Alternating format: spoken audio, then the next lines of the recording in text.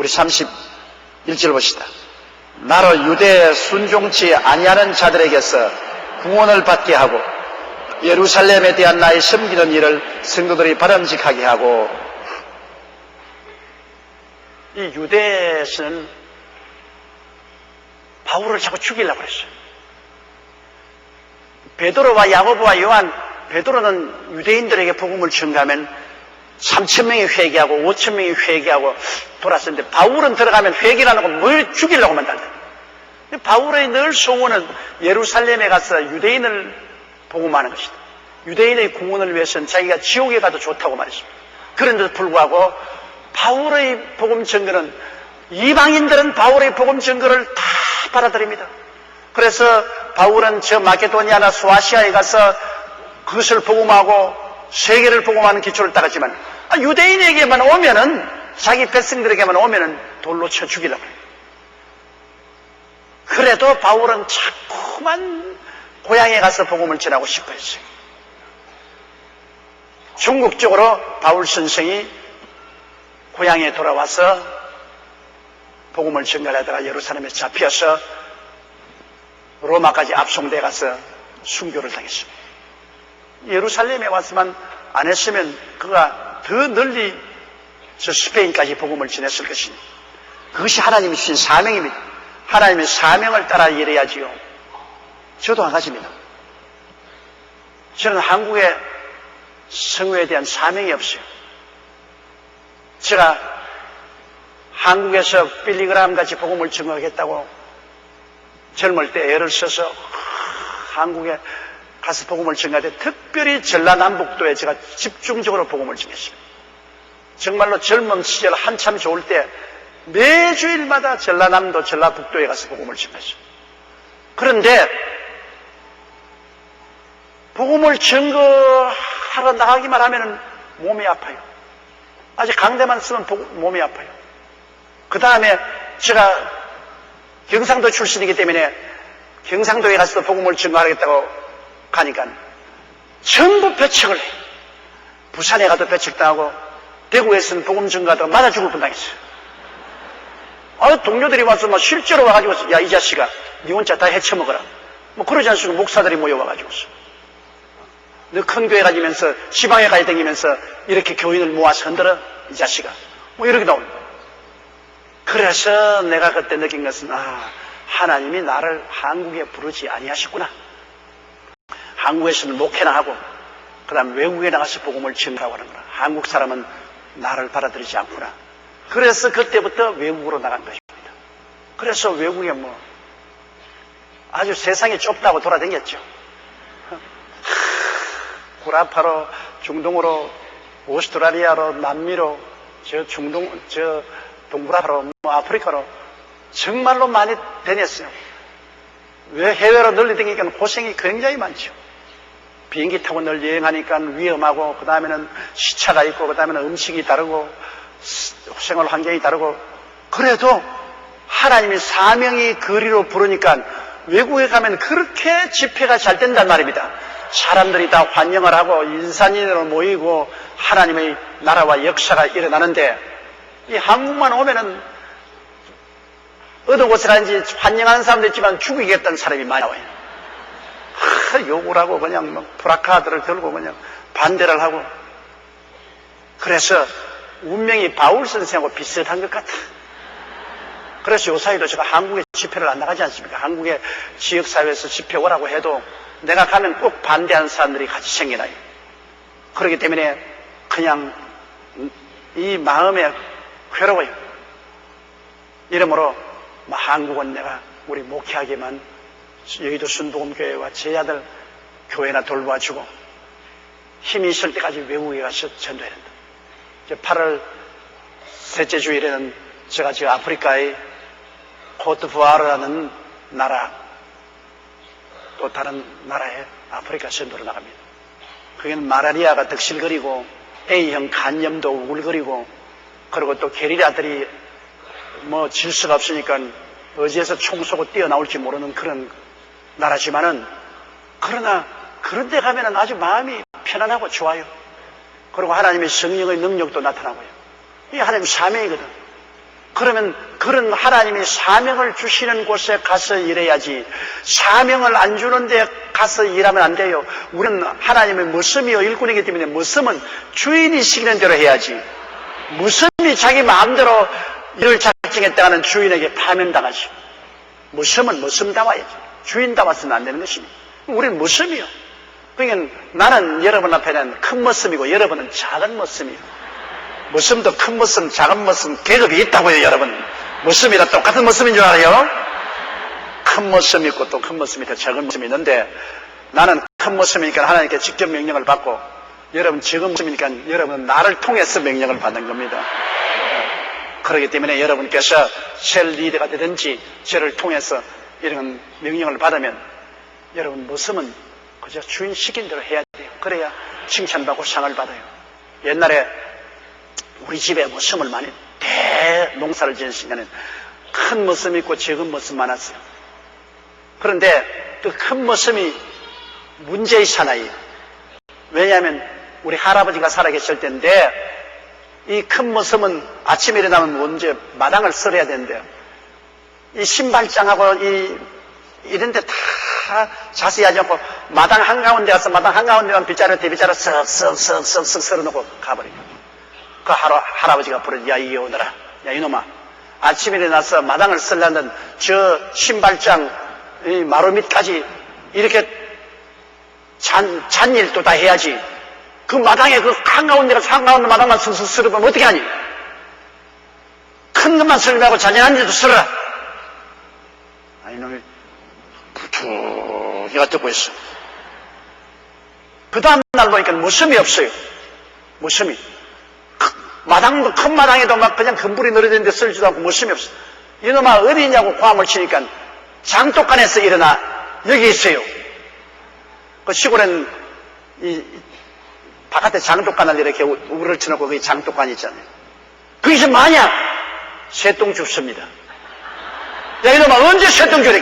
어르신께서 어제 큰 일만 하려고 적은 일을 하라 그러는데, 내가 생각해보니까 적은 일은 새똥 줍는 것이 제일 적은 일이기 때문에 장독간에 새똥 주십니다. 이거는 반발해서 하는 소리거든요. 적은 일하니까 골탕 먹이겠다고. 그래, 세상에 아침에 가서 장정이 쪼그리고 앉아서 장독간에 새똥 줍고 있으면 말이 돼요. 어떻게 그날로 모가지가 날아간 것입니다. 우리 할아버지가 가, 너는 오늘로부터 파면이야. 우리 집 머슴 할 필요 없어, 나가. 그래서 그 괜히 머슴이 말이지 주인 시킨 대로 안 하고 지기 고집 부리다가 파면. 그때는 여러분 머슴 자리도 많지 않았어요. 정말 살기가 힘들었기 때문에 머슴 자리도 힘들었는데, 우리 집같이 대형사를 짓는 집 머슴은 그건 보통 집이가 아니에요. 그런데 주인 시킨 대로 하다가 목이 날아갔어. 우리 하나님 앞에서는 두말 하지 말고 하나님이 시킨 대로 하면 예해야 되는데, 이 바울 선생은 참 위대한 종이지만은 좋은 의미에서 고집이 좀 있었어요. 하나님이 너는 이방으로 가라 그러는데 왜 자꾸 예루살렘으로 돕니까? 오늘도 이렇게 기도하는데 예루살렘에 가서 원수들에게 보호를 받고, 그리고 예루살렘에 있는 예수 믿는 성도들에게 내가 복음도 전도하고 헌금도 갖다 주는 것이 바람직하게 해달라고 했는데, 기도는 하긴 했는데 하나님 뜻대로 안 했기 때문에 예루살렘에서 보호도 못 받고 유대인들에게 반역을 당해서 오히려 잡혀서 로마 군인들에게 압송이 되어 로마까지 가게 된 것입니다. 기도를 해도 하나님 뜻대로 해야지, 하나님이 원치 않은 기도를 하면은 아무리 애를 쓰고 힘을 쓰기도 해도 하나님이 그 마음을 돌이키지 않습니다. 여러분, 하나님 손하고 비틀린다고 하나님 야야야야야야야 오냐 들어줄게 그렇게 생각하면 큰 오해입니다. 하나님 팔 못 비틀어요. 하나님의 뜻을 알고 하나님의 뜻을 따라 부르셔야지, 그냥 하나님 팔 비틀어 가지고서 내가 하나님 내 말 듣도록 하려고 하면 안 되죠. 그 바울 선생이 여기에서 로마 사람에게 나와 힘을 합쳐서 간절히 기도하자고 했는데, 여기 보세요. 나로 유대에 순종치 아니하는 자들에게서 구원을 받게 하고 했는데, 이렇게 기도해도 순종치 않은 자들에게 구원을 받지 못하고 그들에게 잡혔어요. 예루살렘에 대한 나의 섬기는 일을 성도들이 바람직하게 하고 있는데, 성도들을 섬길 기회도 없었어요. 성도들을 예배를 드리고 말씀을 전하고 격려할 수 있는 시간, 기회도 없었어요. 불순종한 사람들에게 잡혀가지고서 몰매를 얻어맞고 백부장에게, 천부장에게 포로로 잡혀가지고 앞서냈어요. 그러므로 여러분, 기도할 때 하나님의 뜻을 알고 기도하라, 그 말인 것입니다. 하나님의 뜻도 모르고 그냥 고집만 부린다고 기도가 돼요. 우리 애들이 부모가 원치 않은데 그냥 막 몸부림치고 고함을 치고 한다고 돼요. 내가 요 전번 주일에 어찌나 우습던지 내 둘째 아들 손녀가 있어요. 성년이라고. 이제 3살인가 이제 4살인가 됐는데 이놈이 책을 좋아하는데 저녁에 내가 둘째 아들과 며느리하고 걔하고 저녁 식사를 하고 이제 집에 돌아갈 때가 되어서 내가 아들 며느리 먼저 집에 돌아가거라, 늦으니까 나도 자겠다 한데 요 손녀가 딱 내 침대에 내 벽에를 빌고 딱 누워가지고서 성경책을 딱 펼쳐가지고서 나는 안 가. 자, 다른 책을 들었으면 내가 빼앗겠는데 성경책을 펼치고 있으니까 딱 누워가지고 내가 딱 바로 누웠어. 성경책 하도 읽을 줄도 모르면서 성경책을 딱 펼치고 한 잔씩 열어 넘기면서. 그런데 야, 늦었다. 아버지 어머니하고 집에 돌아가. 안 가. 나는 안 가. 난 책 읽어. 자, 이 만화책만 가르치면 야, 만화 읽지 말고 가르쳤는데 어린아이 때부터 올바르게 가르쳐야 되는데 걔가 성경인 줄 알고 있는데 목사인 할아버지가 성경책 들고 있는 거 빼고 가르치면 인상에 남치고 안 좋단 말입니다. 그래서 성경책 너무 읽으면 눈이 아파. 그러니까 이제 그만 읽고서 따라가. 안 가. 나는 안 갈래. 딱 그러면서. 어린애도 여러분 고집을 부리면 참 기가 막힌 겁니다. 그런데 내가 걔 고집을 들어줄 수 없는 것은 내 뜻은 가는 것이 뜻입니다. 내 걔 있으면 귀찮아서 못 견뎌요. 손자, 손녀도 여러분 오면 10분 동안 좋지, 그 다음은 안 좋아요, 그냥. 10분 동안 너 왔나 이렇게 하고 두들기 해주고 뽀뽀해주고 그 다음에는 가서 막 온갖 거 다 만집니다. 막 가서 내려가지고 면도기로부터 시작해서 막 온갖 다 흩어져 놓고 다니기는 막 정신이 시끄러워 견딜 수가 없어요. 그러니까 제 애미 보고서 빨리 데려가라. 나 도저히 내 정신이 시끄러워서 못 견디겠다. 그러면 어린이 손녀라도 할아버지 뜻을 따라서 하는 것은 괜찮은데 할아버지 뜻을 어기고 자기 고집을 하면 아무리 귀여워도 들어줄 수 없잖아요. 하물며 하나님 앞에 나가가지고서 우리가 하나님 뜻에 어긴다는 것을 고집 부린다고 해서 하나님이 우리 고집 들어줄 것 같아요? 아니죠.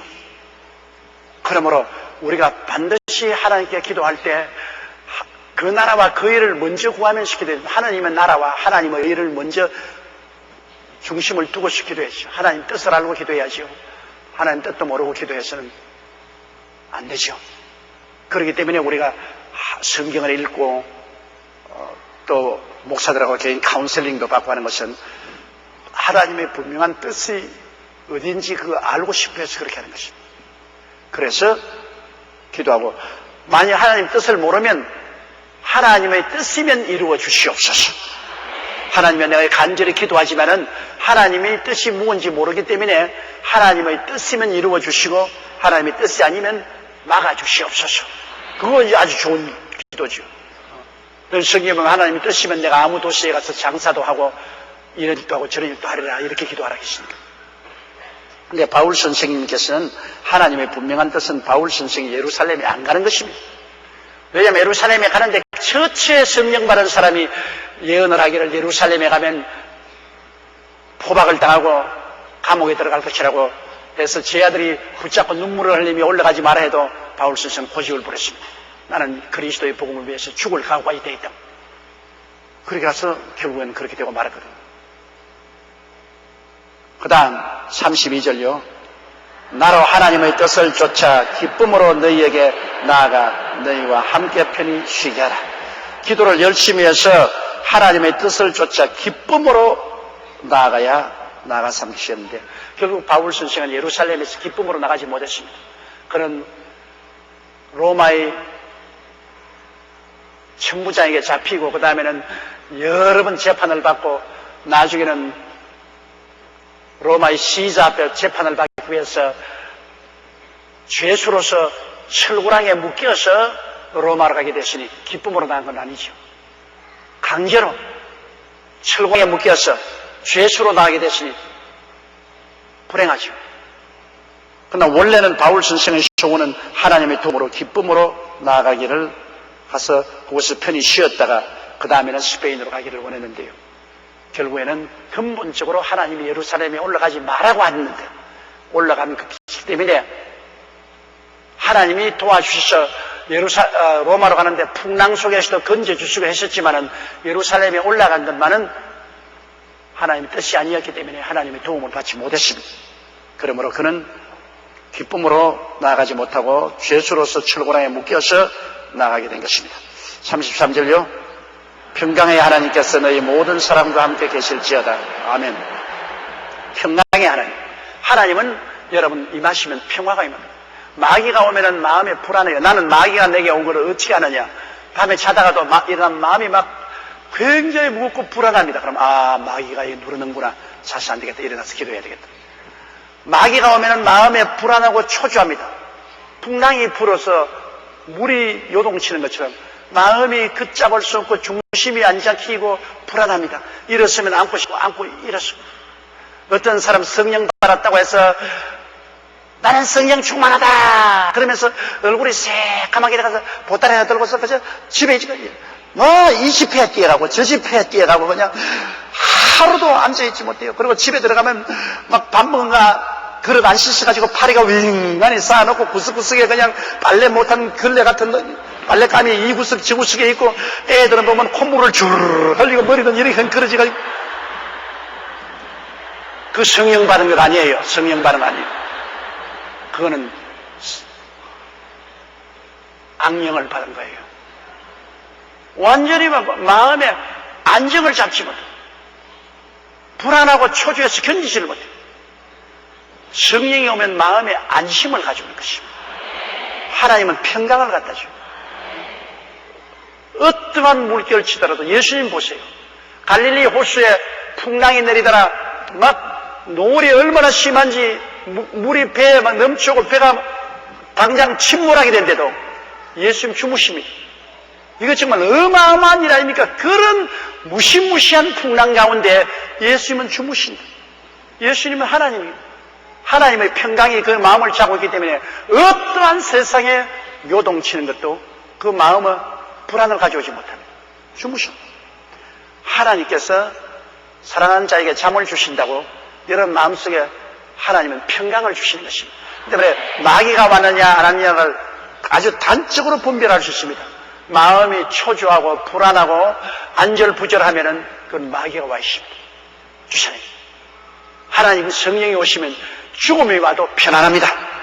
마음에 탁 안정하고 평안합니다. 왜 하나님 평강의 하나님, 평강의 하나님 와 계시니까 마음에 평안할 수 밖에 없어요. 온 천지가 뒤엎어지고 폭풍이 일어나도 마음은 편안합니다. 그건 하나님이 같이 계시기 때문에 평안한 것입니다. 평안은 하나님의 것이고 불안, 초조, 안절부절은 사탄이 와서 그렇게 하는 것입니다. 그렇기 때문에 우리가 가만히 하나님 사업하는데도 막 불안하고 초조하고 그냥 사람들과 이리 부딪히고 저리 부딪히고 이리 참싸고 저리 참싸고 돌아다니는 사람은 완전히 사탄의 사자입니다. 정말 성령 받은 사람은 마음이 편안해요. 마음이 편안한 사람이 돌아다니면서 사람 갈등을 일으키고 참수하고 핥혀놓고 이렇게 안 해요. 자기가 편안하니까 교회도 편안해요. 가는 곳마다 교회에 평안을 가져오지 않고 우리 세일에 평안을 가져오지 않고 가는 곳마다 자꾸 편을 가르고 싸움 붙이고 논란을 일으키면 사탄이에요. 그건 절대로 하나님 역사 아닙니다. 자기가 평안하면 남도 평안하게 만들죠. 자기가 평안하지 않으면 남도 평안하지 않게 만들어요. 가정도 그렇잖아요. 남편이 평안한 남편이 왜 아내와 자식들을 아주 괴롭게 해요? 남편의 마음이 편안한 사람은 아내도 자식도 편안하게 만들죠. 아내의 마음이 편안하면 남편도 편안하게 만들지만 아내의 마음이 편안하지 않고 마음이 요동치면은 남편에게도 자꾸 대들고 자꾸 바지 끌고 애들도 자꾸 때리고 가정이 불안하지 않습니다. 하나님이 계시면 개인이나 가정이나 사회나 국가가 편안합니다. 하나님의 축복은 평안이죠. 나라가 어지럽고 불안하면 그것은 하나님의 역사가 줄어들고 사탄이 움직일 때 한 사회도 국가도 요동치고 편하지 못하고 불안한 것입니다. 그렇기 때문에 우리 예수 믿는 사람들은 기도를 많이 해야죠. 지금이야말로 국가와 민족을 위해서 기도를 많이 해요. 우리 나라가 정치적으로 불안하고 사회적으로 불안하고 경제적으로 불안하고 남북의 관계도 불안합니다. 편안하지 않아요. 그러면 우리가 기도해야 돼요. 나라와 민족을 위해서 기도해야 돼요. 이 모든 불안을 가져오는 마귀를 내어 쫓아주시고 하나님이 점령하여 주시옵소서. 하나님이 모든 일에서 합동하여 선을 이루게 하여 주시옵소서. 나라와 민족을 우리가 위해서 기도해야 될 것입니다. 얼마나 기도할까요? 평안이 올 때까지 기도하십시오. 여러분 문제를 당해서 하나님께 부르짖어 기도할 때요, 문제가 있을 동안 마음이 불안하잖아요. 그때는 아직까지 마귀가 길을 막고 있습니다. 그러나 여러분 어떤 문제를 위해서 주님께 부르짖어 기도하다가 마음이 갑자기 편안해지는 체험해 본 적 있죠? 기도할 때. 그건 벌써 하나님이 이겼습니다. 하나님이 점령했습니다. 평안이 하나님께서 문제를 해결했다는 증거가 되는 것입니다. 평안히 기도 응답을 받았다는 증거가 돼요. 불안하면은 아직까지 응답 못 됐어요. 불안하면은 아직까지도 마귀가 저항하고 있어요. 저항하고 있어요. 계속해서 부르짖어 기도해서 평안히 마음을 점령하면 그때는 승리가 와요. 나는 요 이야기 하나 하고 오늘 공부를 끝마치겠습니다. 우리 교회 권사님이 간증인데 이웃집에 사는 다른 교회 성도의 아들이 재생불량성 빈혈증에 걸렸어요. 재생불량성 빈혈증이라는 것은 몸속에서 피를 못 만들어내기 때문에 자꾸 수혈을 해야 되고 나중에는 그것도 감당하지 못해서 그냥 죽어요. 치료의 법이 없습니다. 재생불량성 빈혈증에 걸려서 우리 여의도 순복음교회 권사라고 말하니까 와서 기도 좀 해달라. 그래서 권사님이 가서 기도를 하기 시작했어요. 마음에 평안이 없어요. 마음이 초조해요. 그 애를 따고 기도를 한 달을 기도를 했습니다. 권사님이 직장에 되는 직장에서 퇴근해 오면서 아들 저 기도하고 또 가고 그 이달 또 한 달을 기도했는데도 마음에 평안이 없어요. 그러나 그 마음속에 할 수 있거든요. 무슨 말이냐? 믿는 자에게 능치 못하시며 하나님이 나와 같이 계심으로 이 마귀와 싸워야 돼요. 그런데 병원에서는 득달같이 초달을 합니다. 왜냐? 이거 초기에 치료를 해도 살까 말까한데 때를 놓치면 못 산다. 그러니까 집안 식구도 지금 갈림길에 있습니다. 권사님에게 기도를 부탁했는데 권사님이 계속 기도를 해야 될 것인가? 병원에 데려가야 될 것인가? 그러나 그 갈림길에서 권사님이 믿음의 기도는 병든 자를 구원하리니 주께서 저를 일으키시니까 우리 계속 기도하자. 그러나 병원에서는 이제 죽어도 우리는 책임 안 진다. 2달째 기도했습니다. 평안이 없어요. 마음이 불안해요. 10달 기도했습니다. 그러니 이제 죽고 가는 애를 두고 10달을 기도를 하니 큰일 아닙니까? 평안이 없어요. 6달째 기도를 하고 난 다음 하루 만에 마음에 평안이 다 왔어요. 마음이 그냥 편해지면서 이제는 그래서 애를 이제는 병원에 한번 데려가보라. 그래서 병원에 데려가 주시니까는 재생불량성 빈혈증이 깨끗이 나버렸어요.